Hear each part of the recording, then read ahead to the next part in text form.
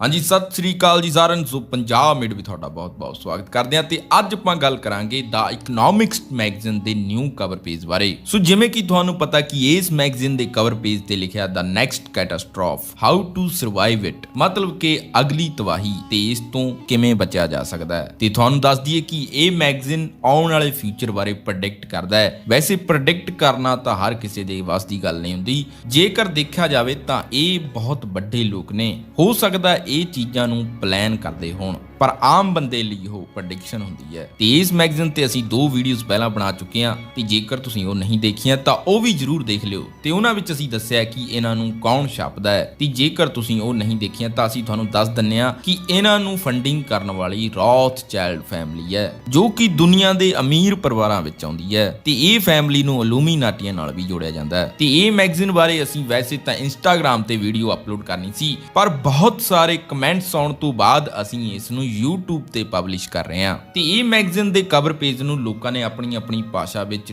Decode ਕਰਨ ਦੀ ਕੋਸ਼ਿਸ਼ ਕੀਤੀ ਹੈ, ਪਰ ਸਾਰਾ ਨਿਚੋੜ ਕੀ ਨਿਕਲਦਾ ਹੈ ਉਸ ਤੇ ਆਪਾਂ ਗੱਲ ਕਰਾਂਗੇ। ਸੋ ਜਿਵੇਂ ਕਿ ਆਪਾਂ ਇਹ ਕਵਰ ਪੇਜ ਦੇ ਲੈਫਟ ਸਾਈਡ ਤੇ ਦੇਖੀਏ ਤਾਂ ਸਭ ਤੋਂ ਪਹਿਲੀ ਫੋਟੋ ਇੱਕ ਸੂਰ ਦੀ ਬਣੀ ਹੋਈ ਹੈ। ਤੇ ਜੇਕਰ ਆਪਾਂ ਦੇਖੀਏ ਹੁਣ ਇਹ ਮੈਗਜ਼ੀਨ ਦਾ ਨਾਮ ਹੈ ਦਾ ਨੈਕਸਟ ਕੈਟਾਸਟ੍ਰੋਫ, ਮਤਲਬ ਕਿ ਅਗਲੀ ਤਬਾਹੀ, ਮਤਲਬ ਕਿ ਜੋ ਵੀ ਇਸ ਦੇ ਪਿੱਛੇ ਫੋਟੋਆਂ ਨੇ ਉਹਨਾਂ ਵਿੱਚ ਹਿਡਨ ਮੈਸੇਜ ਦਿੱਤੇ ਗਏ ਨੇ, ਪਰ ਇਹ ਸਾਰੀਆਂ ਫੋਟੋਆਂ ਆਉਣ ਵਾਲੀ ਤਬਾਹੀ ਦੇ ਵਿੱਚ ਕਿਤੇ ਨਾ ਕਿਤੇ ਲਿੰਕ ਕਰਦੀਆਂ ਹੋਣਗੀਆਂ। ਸੋ ਮਸਲਾ ਇਹ ਹੈ ਕਿ ਇਹ ਲੋਕ ਪਿਕਚਰ ਇਮੇਜਸ ਦੇ ਨਾਲ ਤੇ ਹੈਂਡ ਸਾਈਨਸ ਦੇ ਨਾਲ ਤੇ ਨਿਊਮਰੋਲੋਜੀ ਦੇ ਨਾਲ ਆਪਸ ਵਿੱਚ ਕਮਿਊਨੀਕੇਟ ਕਰਦੇ ਨੇ ਆਪਣੇ ਲੋਕਾਂ ਦੇ ਨਾਲ। ਤੇ ਸਭ ਤੋਂ ਪਹਿਲਾਂ ਆਪਾਂ ਲੈਫਟ ਸਾਈਡ ਸੂਰ ਦੀ ਗੱਲ ਕਰੀਏ ਜੇਕਰ, ਤਾਂ ਸੂਰਾਂ ਤੇ ਇੱਕ ਬਹੁਤ ਵੱਡਾ ਐਕਸਪੈਰੀਮੈਂਟ ਕੀਤਾ ਗਿਆ ਸੀ ਜੋ ਕਿ ਬਿਲ ਗੇਟਸ ਦੀ ਫਾਊਂਡੇਸ਼ਨ ਦੁਆਰਾ ਕੀਤਾ ਗਿਆ ਸੀ। ਤੇ ਇਸ ਬਾਰੇ ਅਸੀਂ ਵਾਇਰਸ ਵਾਲੀ ਵੀਡੀਓ ਦੇ ਵਿੱਚ ਦੱਸਿਆ ਵੀ ਸੀ ਕਿ ਕਿਵੇਂ ਇਹਨਾਂ ਨੇ ਇੱਕ ਕੰਪਿਊਟਰਾਈਜ਼ਡ ਵਾਇਰਸ ਬਣਾਇਆ ਤੇ ਉਸ ਨੂੰ ਸੂਰਾਂ ਤੋਂ ਕਿਵੇਂ ਇਨਸਾਨਾਂ ਤੱਕ ਫੈਲਦਾ ਦਿਖਾਇਆ ਗਿਆ, ਮਤਲਬ ਕਿ ਇੱਕ ਸੂਰ ਰਾਹੀਂ ਕਿੰਨੇ ਟਾਈਮ ਵਿੱਚ ਇਨਸਾਨਾਂ ਤੱਕ ਤੇ ਇਨਸਾਨਾਂ ਤੋਂ ਕਿੰਨੇ ਟਾਈਮ ਵਿੱਚ ਪੂਰੀ ਧਰਤੀ ਤੇ ਵਾਇਰਸ ਫੈਲ ਸਕਦਾ ਹੈ, ਉਸ ਬਾਰੇ ਪੂਰਾ ਕੰਪਿਊਟਰਾਈਜ਼ ਪਤਾ ਕੀਤਾ ਗਿਆ ਸੀ। ਤੇ ਬਿਲ ਗੇਟਸ ਦਾ ਇਹ ਕਹਿਣਾ ਸੀ ਕਿ ਸਾਨੂੰ ਇਸ ਤਰ੍ਹਾਂ ਦੇ ਵਾਇਰਸ ਤੋਂ ਬਚਣ ਲਈ ਕੀ ਕਰਨਾ ਚਾਹੀਦਾ ਹੈ ਤੇ ਆਉਣ ਵਾਲੇ ਸਮੇਂ ਵਿੱਚ ਬਾਇਓਲੋਜੀਕਲ ਵੈਪਨਸ ਤਿਆਰ ਹੋ ਸਕਦੇ ਨੇ ਵਾਇਰਸ ਦੇ ਰੂਪ ਵਿੱਚ ਤੇ ਅਟੈਕ ਵੀ ਕੀਤੇ ਜਾ ਸਕਦੇ ਨੇ। ਤੇ ਉਸ ਵਿੱਚ ਇਹੀ ਚੈੱਕ ਕੀਤਾ ਗਿਆ ਸੀ ਕਿ ਇਹ ਕਿੰਨੀ ਸਪੀਡ ਨਾਲ ਲੋਕਾਂ ਦੇ ਵਿੱਚ ਪਹੁੰਚ ਗਿਆ ਸੀ। ਸੋ ਹੋ ਸਕਦਾ ਉਹਨਾਂ ਨੇ ਆਉਣ ਵਾਲੇ ਸਮੇਂ ਵਿੱਚ ਇਹ ਟੈਸਟਿੰਗ ਹੋਰ ਜ਼ਿਆਦਾ ਕਰਨੀ ਹੋਵੇ ਸੂਰਾਂ ਉੱਤੇ। ਤੇ ਨੰਬਰ 2 ਤੇ ਜਿੰਨੀ ਵੀ ਸੂਰਾਂ ਦੀ ਮੀਟ ਮਾਰਕੀਟ ਹੈ ਜਾਂ ਕਿਸੇ ਵੀ ਤਰ੍ਹਾਂ ਦੇ ਐਨੀਮਲ ਦੀ ਮੀਟ ਮਾਰਕੀਟ ਹੈ ਉਸ ਨੂੰ ਖਤਮ ਕੀਤਾ ਜਾ ਸਕਦਾ ਹੈ। ਤੇ ਦੂਜਾ ਕਾਰਨ ਇਸ ਫੋਟੋ ਦਾ ਇਹ ਵੀ ਹੋ ਸਕਦਾ ਹੈ ਕਿ ਆਉਣ ਵਾਲੇ ਸਮੇਂ ਵਿੱਚ ਐਨੀਮਲ ਦੀ ਮੀਟ ਮਾਰਕੀਟਿੰਗ ਨੂੰ ਬਿਲਕੁਲ ਠੱਪ ਕਰ ਦਿੱਤਾ ਜਾਵੇ ਤੇ ਹੋ ਸਕਦਾ ਹੈ ਆਉਣ ਵਾਲੇ ਸਮੇਂ ਵਿੱਚ ਪਲਾਂਟ ਬੇਸ ਮੀਟ ਤਿਆਰ ਕੀਤਾ ਜਾਵੇ, ਮਤਲਬ ਕਿ ਉਹ ਖਾਣ ਵੇਲੇ ਤਾਂ ਮੀਟ ਦਾ ਸਵਾਦ ਹੀ ਦੇਵੇਗਾ ਪਰ ਉਹ ਤਿਆਰ ਪੌਦਿਆਂ ਤੋਂ ਕੀਤਾ ਜਾਵੇਗਾ, ਮਤਲਬ ਕਿ ਪਲਾਂਟ ਬੇਸ ਮੀਟ ਨੂੰ ਅਪਣਾਉਣਾ ਅਸਲੀ ਮੀਟ ਨੂੰ ਛੱਡ ਕੇ। ਤੇ ਇਸ ਤੇ ਬਹੁਤ ਸਪੀਡ ਨਾਲ ਕੰਮ ਚੱਲ ਵੀ ਰਿਹਾ ਹੈ। ਤੇ ਪਲਾਂਟ ਬੇਸ ਮੀਟ ਦੇ ਜਿੱਥੇ ਫਾਇਦੇ ਨੇ ਉੱਥੇ ਬਹੁਤ ਸਾਰੇ ਨੁਕਸਾਨ ਵੀ ਨੇ, ਕਿਉਂਕਿ ਪਲਾਂਟ ਬੇਸ ਮੀਟ ਜੇਕਰ ਤਿਆਰ ਕੀਤਾ ਗਿਆ ਤਾਂ ਉਸ ਦੇ ਵਿੱਚ ਸੋਇਆ ਪ੍ਰੋਟੀਨ ਜ਼ਿਆਦਾ ਹੋਵੇਗਾ। ਸੋ ਸ਼ਾਇਦ ਇਹਨਾਂ ਦਾ ਡੀਪੋਪੂਲੇਸ਼ਨ ਦਾ ਏਜੰਡਾ ਇਸ ਤਰੀਕੇ ਨਾਲ ਅੱਗੇ ਜਾ ਸਕਦਾ ਹੈ। ਤੇ ਜੇਕਰ ਬੰਦਾ ਸੋਇਆ ਪ੍ਰੋਟੀਨ ਦੀ ਮਾਤਰਾ ਜ਼ਿਆਦਾ ਲੈਂਦਾ ਹੈ ਤਾਂ ਉਸ ਦੇ ਕਈ ਤਰ੍ਹਾਂ ਦੇ ਨੁਕਸਾਨ ਹੋ ਸਕਦੇ ਨੇ। ਤੇ ਅਗਲੀ ਫੋਟੋ ਵਿੱਚ ਤੁਸੀਂ ਦੇਖ ਰਹੇ ਹੋ ਕਿ ਇੱਕ ਬਹੁਤ ਵੱਡਾ ਲਾਵਾ ਫਟ ਰਿਹਾ ਹੈ। ਸੋ ਇਸ ਦਾ ਮਤਲਬ ਇਹੀ ਹੈ ਕਿ ਆਉਣ ਵਾਲੇ ਸਮੇਂ ਵਿੱਚ ਜੋ ਐਦਾਂ ਦੇ ਵੱਡੇ ਪਹਾੜ ਨੇ ਉਹਨਾਂ ਵਿੱਚੋਂ ਕੋਈ ਨਾ ਕੋਈ ਫਟ ਸਕਦਾ ਹੈ। ਤੇ ਟੋਕੀਓ ਜਾਪਾਨ ਦੇ ਅੰਦਰ ਵੀ ਇੱਕ ਬਹੁਤ ਬੜਾ ਐਦਾਂ ਦਾ ਪਹਾੜ ਹੈ ਜੋ ਕਿ ਕਈ ਸਾਲਾਂ ਤੋਂ ਬਰਫ਼ ਨਾਲ ਟਕਿਆ ਹੋਇਆ ਹੈ। ਤੇ ਐਦਾਂ ਦੇ ਹੋਰ ਵੀ ਕਈ ਪਹਾੜ ਨੇ ਜੋ ਕਿ ਕਈ ਸਾਲਾਂ ਤੋਂ ਖਾਮੋਸ਼ ਨੇ। ਤੇ ਇੱਥੇ ਜ਼ਿਆਦਾਤਰ ਟੋਕੀਓ ਤੇ ਜਾਪਾਨ ਨੂੰ ਖਤਰਾ ਜ਼ਿਆਦਾ ਲੱਗਦਾ ਹੈ ਕਿਉਂਕਿ 2020 ਦੇ ਮੈਗਜ਼ੀਨ ਵਿੱਚ ਵੀ ਟੋਕੀਓ ਦਾ ਨਾਮ ਲਿਆ ਗਿਆ ਸੀ। ਤੇ 2020 ਵਿੱਚ ਹੁਣ ਤੱਕ ਲਗਭਗ 55 ਜਵਾਲਾਮੁਖੀ ਫਟ ਵੀ ਚੁੱਕੇ ਨੇ। ਤੇ ਅਗਲੀ ਫੋਟੋ ਦੇ ਵਿੱਚ ਇੱਕ ਪੈਂਗੂਇਨ ਬਰਫ਼ ਦੇ ਛੋਟੇ ਜਿਹੇ ਟੁਕੜੇ ਉੱਤੇ ਬੈਠੀ ਹੈ। ਤੇ ਤੁਹਾਨੂੰ ਦੱਸ ਦਈਏ ਕਿ ਪੈਂਗੂਇਨ ਜਿੱਥੇ ਰਹਿੰਦੀ ਹੈ ਉੱਥੇ ਬਹੁਤ ਸਾਰੀ ਬਰਫ਼ ਹੁੰਦੀ ਹੈ, ਪਰ ਇਹ ਫੋਟੋ ਗਲੋਬਲ ਵਾਰਮਿੰਗ ਬਾਰੇ ਦੱਸ ਰਹੀ ਹੈ ਕਿ ਇੰਨੀ ਬਰਫ਼ ਵਾਲੇ ਇਲਾਕੇ ਦੇ ਵਿੱਚ ਵੀ ਇੱਕ ਛੋਟਾ ਜਿਹਾ ਟੁਕੜਾ ਬਰਫ਼ ਦਾ ਰਹਿ ਗਿਆ। ਤੇ ਇੰਨੇ ਠੰਡੇ ਤੇ ਬਰਫ਼ ਵਾਲੇ ਏਰੀਏ ਦੇ ਵਿੱਚ ਵੀ ਸੂਰਜ ਹੁਣ ਪੂਰੀ ਤਰ੍ਹਾਂ ਦਿਖਾਈ ਦੇਣ ਲੱਗ ਗਿਆ ਹੈ। ਤੇ ਤੁਹਾਨੂੰ ਦੱਸ ਦਈਏ ਕਿ 2022 ਦੇ ਵਿੱਚ ਪਿਘਲਣ ਵਾਲਾ ਇੱਕ ਗਲੇਸ਼ੀਅਰ 2020 ਦੇ ਵਿੱਚ ਪਿਘਲ ਗਿਆ। ਤੇ ਥੋੜੇ ਦਿਨ ਪਹਿਲਾਂ ਦੀ ਇੱਕ ਨਿਊਜ਼ ਵੀ ਸਾਹਮਣੇ ਆਈ ਹੈ ਕਿ 2022 ਵਿੱਚ ਜੋ ਗਲੇਸ਼ੀਅਰ ਪਿਘਲਣਾ ਸੀ ਉਹ 2020 ਤੱਕ ਹੀ ਪਿਘਲ ਚੁੱਕਿਆ ਹੈ ਤੇ ਇਹ ਗਲੇਸ਼ੀਅਰ ਦਾ ਏਰੀਆ ਪੂਰੇ ਵੈਨਕੂਵਰ ਜਿੰਨਾ ਸੀ। ਤੇ ਅਗਲੀ ਫੋਟੋ ਦੇ ਵਿੱਚ ਤੁਸੀਂ ਦੇਖ ਸਕਦੇ ਹੋ ਕਿ ਐਸਟਰੋਇਡ ਇੱਕ ਧਰਤੀ ਦੇ ਨਾਲ ਟਕਰਾਉਣ ਦੀ ਕੋਸ਼ਿਸ਼ ਕਰ ਰਿਹਾ ਹੈ ਤੇ ਤੁਹਾਨੂੰ ਪਤਾ ਵੀ ਹੋਵੇਗਾ ਕਿ ਬਹੁਤ ਸਾਰੇ ਐਸਟਰੋਇਡ ਆਪਣੀ ਧਰਤੀ ਦੇ ਨੇੜੇ ਤੋਂ ਗੁਜ਼ਰ ਚੁੱਕੇ ਨੇ, ਪਰ ਹਾਲੇ ਤੱਕ ਕੋਈ ਵੀ ਐਸਟਰੋਇਡ ਆਪਣੀ ਧਰਤੀ ਨਾਲ ਟਕਰਾਇਆ ਨਹੀਂ ਹੈ। ਪਰ ਇਹਨਾਂ ਦੇ ਹਿਸਾਬ ਨਾਲ ਆਉਣ ਵਾਲੇ ਸਮੇਂ ਵਿੱਚ ਸ਼ਾਇਦ ਅਜਿਹਾ ਕੁਝ ਹੋ ਜਾਵੇ ਤੇ ਤੁਹਾਨੂੰ ਦੱਸ ਦਈਏ ਕਿ ਇਸ ਦੀ ਦਿਸ਼ਾ ਬਦਲੀ ਜਾ ਸਕਦੀ ਹੈ। ਮਤਲਬ ਜੇਕਰ ਇਹ ਧਰਤੀ ਵੱਲ ਆਉਂਦਾ ਹੈ ਤਾਂ ਇਸ ਨੂੰ ਪਹਿਲਾਂ ਹੀ ਕਿਸੇ ਹੋਰ ਦਿਸ਼ਾ ਵਿੱਚ ਮੋੜਿਆ ਜਾ ਸਕਦਾ ਹੈ। ਪਰ ਸੋਚਣ ਵਾਲੀ ਗੱਲ ਇਹ ਹੈ ਕਿ ਜੇਕਰ ਧਰਤੀ ਤੋਂ ਕਿਸੇ ਹੋਰ ਦਿਸ਼ਾ ਵੱਲ ਮੋੜਿਆ ਜਾ ਸਕਦਾ ਹੈ ਤਾਂ ਹੋਰ ਦਿਸ਼ਾ ਤੋਂ ਧਰਤੀ ਵੱਲ ਵੀ ਮੋੜਿਆ ਜਾ ਸਕਦਾ ਹੈ। ਪਰ ਇਹ ਜ਼ਿਆਦਾਤਰ ਛੋਟੇ ਐਸਟਰੋਇਡ ਨਾਲ ਕੀਤਾ ਜਾ ਸਕਦਾ ਹੈ, ਵੱਡੇ ਨਾਲ ਨਹੀਂ।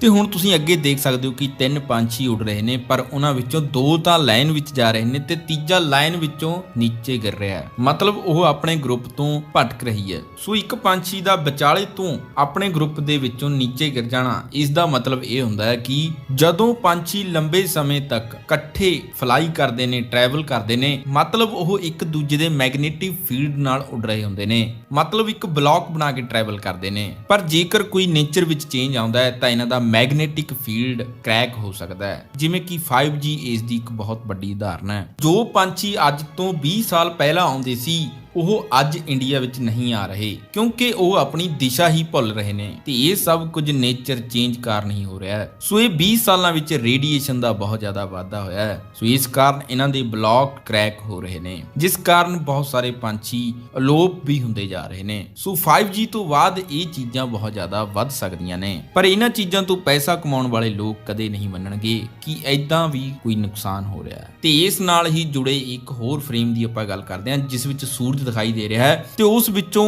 ਅੱਗ ਨਿਕਲ ਰਹੀ ਹੈ। ਤੇ ਤੁਹਾਨੂੰ ਦੱਸ ਦਈਏ ਅਸਲ ਵਿੱਚ ਸੂਰਜ ਵਿੱਚ ਐਦਾਂ ਦੇ ਬਲਾਸਟ ਹੁੰਦੇ ਰਹਿੰਦੇ ਨੇ ਜਿਨ੍ਹਾਂ ਕਾਰਨ ਸੂਰਜ ਆਪਣੀ ਗਰਮੀ ਸਾਡੇ ਤੱਕ ਪਹੁੰਚਾ ਰਿਹਾ ਹੈ। ਪਰ ਜੇਕਰ ਕਿਸੇ ਦਿਨ ਹੱਦ ਤੋਂ ਵੀ ਜ਼ਿਆਦਾ ਵੱਡਾ ਬਲਾਸਟ ਹੋ ਗਿਆ ਤਾਂ ਉਹ ਇੰਨਾ ਸਟਰੋਂਗ ਫਲੇਮ ਹੋਵੇਗਾ ਜੋ ਕਿ ਆਪਣੇ ਅਰਥ ਦਾ ਮੈਗਨੇਟਿਕ ਫੀਲਡ ਹੈ ਉਸ ਨੂੰ ਕ੍ਰੈਕ ਕਰ ਸਕਦਾ ਹੈ, ਉਸ ਨੂੰ ਡਿਸਟਰਬ ਕਰ ਸਕਦਾ ਹੈ। ਤੇ ਸਾਇੰਟਿਸਟ ਦਾ ਕਹਿਣਾ ਹੈ ਕਿ ਇਸ ਕਾਰਨ ਆਪਣੇ ਸੈਟੇਲਾਈਟ ਅੱਗੇ ਪਿੱਛੇ ਵੀ ਹੋ ਸਕਦੇ ਨੇ ਤੇ ਕਮਿਊਨੀਕੇਸ਼ਨ ਵੀ ਬੰਦ ਹੋ ਜਾਵੇਗਾ ਤੇ ਸਭ ਤੋਂ ਵੱਡੀ ਗੱਲ ਕਿ ਆਪਣਾ ਵੈਦਰ ਚੇਂਜ ਹੋ ਜਾਵੇਗਾ। ਹੋ ਸਕਦਾ ਟਾਈਮ ਵਿੱਚ ਵੀ ਕੋਈ ਪ੍ਰੋਬਲਮ ਆਵੇ ਤੇ ਬਿਜਲੀ ਵੀ ਠੱਪ ਹੋ ਸਕਦੀ ਹੈ ਤੇ ਬਿਜਲੀ ਜੇਕਰ ਠੱਪ ਹੋ ਗਈ ਤਾਂ ਸਮਝੋ ਸਭ ਕੁਝ ਹੀ ਠੱਪ ਹੋ ਜਾਵੇਗਾ। ਸੋ ਇਹ ਫਰੇਮ ਵਿੱਚ ਇਹੀ ਦਰਸਾਇਆ ਗਿਆ ਕਿ ਐਦਾਂ ਵੀ ਹੋ ਸਕਦਾ ਹੈ। ਤੇ ਅਗਲੀ ਫੋਟੋ ਵਿੱਚ ਤੁਸੀਂ ਦੇਖ ਸਕਦੇ ਹੋ ਕਿ ਅਲੱਗ-ਅਲੱਗ ਤਰ੍ਹਾਂ ਦੇ ਬੈਕਟੀਰੀਆ ਦਿਖਾਏ ਗਏ ਨੇ, ਪਰ ਇਹਨਾਂ ਦਾ ਕਹਿਣਾ ਕਿ ਆਉਣ ਵਾਲੇ ਸਮੇਂ ਵਿੱਚ ਹੋਰ ਵੀ ਬਹੁਤ ਤਰ੍ਹਾਂ ਦੇ ਵਾਇਰਸ ਆਉਣਗੇ। ਮਤਲਬ ਕਿ ਹੁਣ ਇਸ ਵਾਇਰਸ ਦੇ ਭੈਣ ਭਰਾ ਵੀ ਆਉਣਗੇ, ਮਤਲਬ ਹੁਣ ਸਾਰੇ ਪਰਿਵਾਰ ਦਾ ਹੀ ਵੀਜ਼ਾ ਲੱਗਣਾ, ਕਿਉਂਕਿ ਉਹਨਾਂ ਦੇ ਕਹਿਣ ਦਾ ਮਤਲਬ ਇਹ ਆ ਕਿ ਜੇਕਰ ਇਹ ਮੈਨ ਮੇਡ ਹੋਇਆ ਤਾਂ ਹੋ ਸਕਦਾ ਇਹ ਸਿਰਫ ਇੱਕ ਟ੍ਰਾਇਲ ਹੋਵੇ, ਸਿਰਫ ਇਹ ਦੇਖਣ ਲਈ ਕਿ ਕਿੰਨੀ ਕੁ ਮਾਰ ਕਰਦਾ ਹੈ। ਤੇ ਅਗਲਾ ਫਰੇਮ ਤੁਸੀਂ ਦੇਖ ਸਕਦੇ ਹੋ ਜਿਸ ਵਿੱਚ ਤੁਹਾਨੂੰ ਨਿਊਕਲੀਅਰ ਬਲਾਸਟ ਹੁੰਦਾ ਦਿਖਾਈ ਦੇ ਰਿਹਾ ਹੈ। ਸੋ ਹੋ ਸਕਦਾ ਕਿ ਆਉਣ ਵਾਲੇ ਸਮੇਂ ਵਿੱਚ ਨਿਊਕਲੀਅਰ ਬਲਾਸਟ ਦਾ ਵੀ ਕੋਈ ਖਤਰਾ ਹੋਵੇ। ਪਰ ਥੋੜੇ ਦਿਨ ਪਹਿਲਾਂ ਲੈਬਨਾਨ ਦੇ ਬੈਰੂਤ ਵਿੱਚ ਜੋ ਬਲਾਸਟ ਹੋਇਆ ਸੀ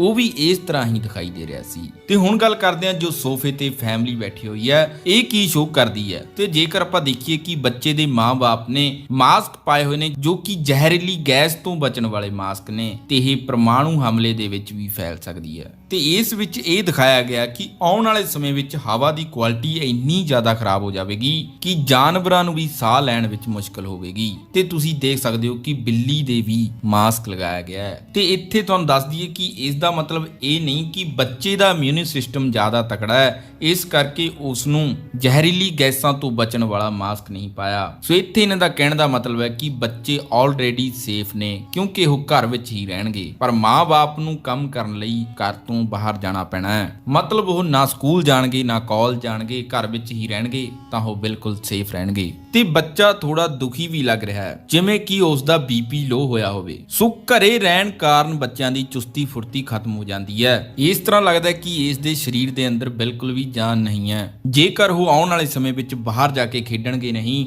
ਤਾਂ ਉਹ ਇਸ ਤਰ੍ਹਾਂ ਹੀ ਸੁਸਤੀ ਦੇ ਵਿੱਚ ਰਹਿਣਗੇ। ਤੇ ਹੁਣ ਅਗਲਾ ਸਵਾਲ ਆਉਂਦਾ ਹੈ ਕਿ ਫਿਰ ਉਸ ਬੱਚੇ ਦੇ ਸਿਰ ਤੇ ਫੌਜ ਵਾਲੀ ਹੈਲਮਟ ਕਿਉਂ ਪਾਈ ਗਈ। ਸੋ ਜੇਕਰ ਆਪਾਂ ਇਸ ਮੈਗਜ਼ੀਨ ਦੇ ਥੋੜਾ ਉੱਤੇ ਜਾ ਕੇ ਸਭ ਤੋਂ ਲਾਸਟ ਵਾਲੀ ਲਾਈਨ ਦੇਖਦੇ ਹਾਂ ਤਾਂ ਉਸ ਵਿੱਚ ਲਿਖਿਆ ਗਿਆ ਹੈ ਫੋਰਟਨਾਈਟ ਐਜ਼ ਐਨ 올림픽 ਸਪੋਰਟ। ਤੇ 올림픽 ਜੋ ਇਸ ਸਾਲ ਹੋਣੇ ਸੀ ਉਹ ਤਾਂ ਕੈਂਸਲ ਹੋ ਗਏ ਨੇ, ਪਰ ਇੱਕ ਗੇਮ ਤਿਆਰ ਕੀਤੀ ਜਾਵੇਗੀ ਜੋ ਕਿ 올림픽 ਲੈਵਲ ਦੀ ਹੋਵੇਗੀ। ਮਤਲਬ ਕਿ ਉਹ ਫੋਰਟਨਾਈਟ ਜਾਂ PUBG ਗੇਮ ਹੋ ਸਕਦੀ ਹੈ, ਸੋ ਜਿਸ ਵਿੱਚ ਤੁਹਾਨੂੰ ਪਤਾ ਹੈ ਕਿ ਦੂਜਿਆਂ ਨੂੰ ਮਾਰ ਕੇ ਸਰਵਾਈਵ ਕਰਨਾ ਹੁੰਦਾ ਹੈ। ਸੋ ਇਸ ਬਾਰੇ ਹੀ ਦੱਸਿਆ ਜਾ ਰਿਹਾ ਹੈ ਕਿ ਬੱਚੇ ਘਰ ਵਿੱਚ ਹੀ ਰਹਿਣਗੇ। ਸੋ ਇਸ ਕਾਰਨ ਜਦੋਂ ਬੱਚਾ ਚੱਲਦਾ ਫਿਰਦਾ ਨਹੀਂ ਹੈ, ਦੌੜਦਾ ਭੱਜਦਾ ਨਹੀਂ ਹੈ, ਖੇਲਦਾ ਕੁੱਦਦਾ ਨਹੀਂ ਹੈ, ਤਾਂ ਜਿਸ ਕਾਰਨ ਉਸ ਦਾ ਸਰੀਰ ਬਿਲਕੁਲ ਹੀ ਸੁਸਤ ਹੋ ਜਾਵੇਗਾ ਤੇ ਇਸ ਨਾਲ ਉਸ ਦੇ ਸਰੀਰ ਵਿੱਚ ਬਿਮਾਰੀਆਂ ਵੀ ਘਰ ਕਰਨ ਲੱਗ ਜਾਣਗੀਆਂ। ਤਾਂ ਇਸ ਨਾਲ ਉਸ ਦੀਆਂ ਹੱਡੀਆਂ ਕਮਜ਼ੋਰ ਹੋ ਜਾਂਦੀਆਂ ਨੇ ਤੇ ਜੇਕਰ ਉਹ ਹਲਕਾ ਜਿਹਾ ਵੀ ਗਿਰ ਜਾਵੇ ਤਾਂ ਉਸ ਦੀ ਹੱਡੀ ਕ੍ਰੈਕ ਹੋਣ ਦਾ ਡਰ ਬਹੁਤ ਜ਼ਿਆਦਾ ਵੱਧ ਜਾਂਦਾ ਹੈ। ਤੇ ਆਮ ਤੌਰ ਤੇ ਤੁਸੀਂ ਦੇਖਿਆ ਵੀ ਹੋਵੇਗਾ ਇੱਕ ਘਰ ਵਿੱਚ ਰਹਿਣ ਵਾਲਾ ਬੱਚਾ ਤੇ ਇੱਕ ਬਾਹਰ ਖੇਡਣ ਕੁੱਦਣ ਵਾਲਾ ਬੱਚਾ, ਦੋਨਾਂ ਦੇ ਵਿੱਚ ਅੰਤਰ। ਤੇ ਜੇਕਰ ਇੱਕ ਦੂਜਾ ਪੱਖ ਦੇਖਿਆ ਜਾਵੇ, ਅੱਜ ਕੱਲ ਵੀ ਬੱਚੇ ਗੇਮਸ ਖੇਡ ਕੇ ਪੈਸੇ ਕਮਾ ਰਹੇ ਨੇ। ਹੋ ਸਕਦਾ ਆਉਣ ਵਾਲੇ ਸਮੇਂ ਵਿੱਚ ਆਨਲਾਈਨ ਬੈਠ ਕੇ ਗੇਮਸ ਖੇਡ ਕੇ 골ਡ ਮੈਡਲ ਵੀ ਜਿੱਤੇ ਜਾਣ। ਸੋ ਹੁਣ ਆਪਾਂ ਲਾਸਟ ਵਿੱਚ ਗੱਲ ਕਰਦੇ ਹਾਂ ਟਾਈਮ ਪੀਸ ਦੀ।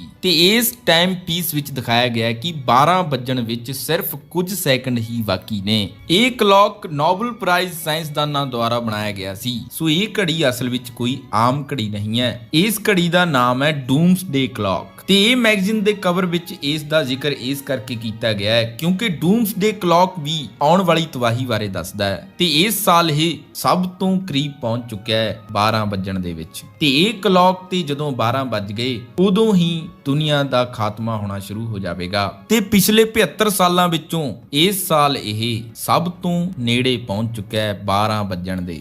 ਪਰ ਤੁਹਾਨੂੰ ਦੱਸ ਦਈਏ ਕਿ ਇਹ ਆਪਣੇ ਆਮ ਟਾਈਮ ਪੀਸ ਦੇ ਹਿਸਾਬ ਨਾਲ ਨਹੀਂ ਚੱਲਦੀ ਤੇ ਇਹ ਦੇਸ਼ਾਂ ਦੀਆਂ ਸਥਿਤੀਆਂ ਨੂੰ ਦੇਖ ਕੇ ਪਿੱਛੇ ਵੀ ਆ ਜਾਂਦੀ ਹੈ। ਪਰ ਇਸ ਸਾਲ ਇਹ ਸਭ ਤੋਂ ਜ਼ਿਆਦਾ ਅੱਗੇ ਚਲੀ ਗਈ ਕੁਝ ਸਥਿਤੀਆਂ ਨੂੰ ਦੇਖ ਕੇ। ਸੋ ਅਸਲ ਵਿੱਚ ਇਹ ਕੋਈ ਅਸਲ ਘੜੀ ਨਹੀਂ ਹੈ, ਇਹ ਇੱਕ ਸਿੰਬਲ ਹੈ ਜੋ ਕਿ ਇਨਸਾਨ ਨੂੰ ਦੱਸਦੀ ਹੈ ਕਿ ਉਸ ਦਾ ਖਾਤਮਾ ਕਿੰਨੀ ਨੇੜੇ ਆ ਗਿਆ ਹੈ। ਮਤਲਬ ਕਿ ਇਹ ਡੂਮਸਡੇ ਕਲੌਕ ਇਹ ਦੱਸਦਾ ਹੈ ਕਿ ਜੇਕਰ ਇਸ ਤਰ੍ਹਾਂ ਹੀ ਚੱਲਦਾ ਰਿਹਾ ਤਾਂ ਤਬਾਹੀ ਬਹੁਤ ਨੇੜੇ ਹੈ। ਤੇ ਇਸ ਨੂੰ ਚਲਾਉਣ ਵਾਲੇ bulletin of the atomic scientist ਦੇ ਮੈਂਬਰ ਨੇ ਤੇ ਇਹ 1947 ਤੋਂ ਇਸ ਨੂੰ ਸਾਂਭ ਰਹੇ ਨੇ। ਤੇ ਜਦੋਂ ਹਿਰੋਸ਼ੀਮਾ ਤੇ ਨਾਗਾਸਾਕੀ ਤੇ ਨਿਊਕਲੀਅਰ ਬਲਾਸਟ ਹੋਇਆ ਸੀ ਉਸ ਤੋਂ ਬਾਅਦ ਇਸ ਚੀਜ਼ ਨੂੰ ਡਿਜ਼ਾਈਨ ਕੀਤਾ ਗਿਆ ਸੀ ਕਿ ਇਨਸਾਨ ਪਰਮਾਣੂ ਬੰਬ ਤਾਂ ਬਣਾ ਰਿਹਾ ਹੈ ਪਰ ਇਸ ਦੇ ਆਉਣ ਵਾਲੇ ਸਮੇਂ ਵਿੱਚ ਇਨਸਾਨ ਲਈ ਕੀ ਨੁਕਸਾਨ ਨੇ ਉਸ ਨੂੰ ਇਹ ਟਾਈਮ ਦੇ ਜ਼ਰੀਏ ਡਿਜ਼ਾਈਨ ਕਰਕੇ ਦੱਸਦੇ ਨੇ। ਸੋ ਇਹ ਕਲੌਕ ਨੂੰ ਬਹੁਤ ਸਾਰੀਆਂ ਚੀਜ਼ਾਂ ਨੂੰ ਮੱਦੇ ਨਜ਼ਰ ਰੱਖ ਕੇ ਸੈੱਟ ਕੀਤਾ ਜਾਂਦਾ ਹੈ, ਜਿਵੇਂ ਕਿ ਗਲੋਬਲ ਵਾਰਮਿੰਗ, ਕਿੰਨੇ ਗਲੋਬਲ ਇਵੈਂਟ ਹੋ ਰਹੇ ਨੇ ਉਹਨਾਂ ਸਾਰਿਆਂ ਨੂੰ ਡਿਸਕਸ ਕੀਤਾ ਜਾਂਦਾ ਹੈ। ਤੇ ਅਮਰੀਕਾ, ਰਸ਼ੀਆ, ਚਾਈਨਾ ਇਹਨਾਂ ਵਿੱਚ ਕੀ ਪ੍ਰੋਬਲਮ ਚੱਲ ਰਹੀ ਹੈ ਤੇ ਇੰਡੀਆ ਦਾ ਕਿਸ ਨਾਲ ਵਿਵਾਦ ਚੱਲ ਰਿਹਾ ਹੈ ਜਾਂ ਵਾਤਾਵਰਣ ਵਿੱਚ ਕੀ ਪ੍ਰੋਬਲਮ ਹੈ। ਮਤਲਬ ਦੁਨੀਆ ਚੋਂ ਕੋਈ ਵੀ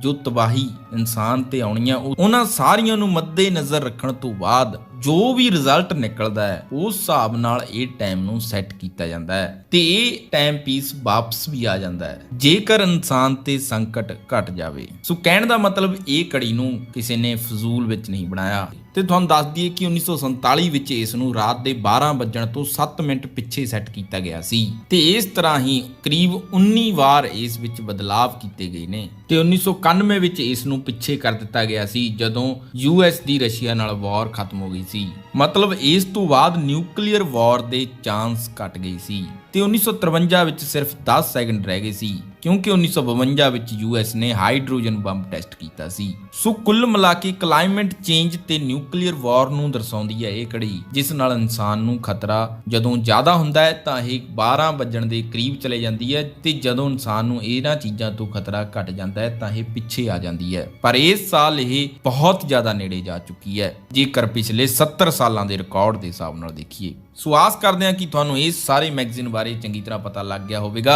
ਸੋ ਜੇਕਰ ਤੁਹਾਨੂੰ ਇਹ ਇਨਫੋਰਮੇਸ਼ਨ ਵਧੀਆ ਲੱਗੀ ਤਾਂ ਸਾਨੂੰ ਲਾਈਕ ਤੇ ਕਮੈਂਟ ਕਰਕੇ ਜਰੂਰ ਦੱਸਿਓ ਤੇ ਨਾਲ ਦੀ ਨਾਲ ਇਸ ਵੀਡੀਓ ਨੂੰ ਵੱਧ ਤੋਂ ਵੱਧ ਸ਼ੇਅਰ ਜਰੂਰ ਕਰ ਦਿਓ ਤਾਂ ਜੋ ਇਦਾਂ ਦੀ ਇਨਫੋਰਮੇਸ਼ਨ ਜ਼ਿਆਦਾ ਤੋਂ ਜ਼ਿਆਦਾ ਲੋਕਾਂ ਤੱਕ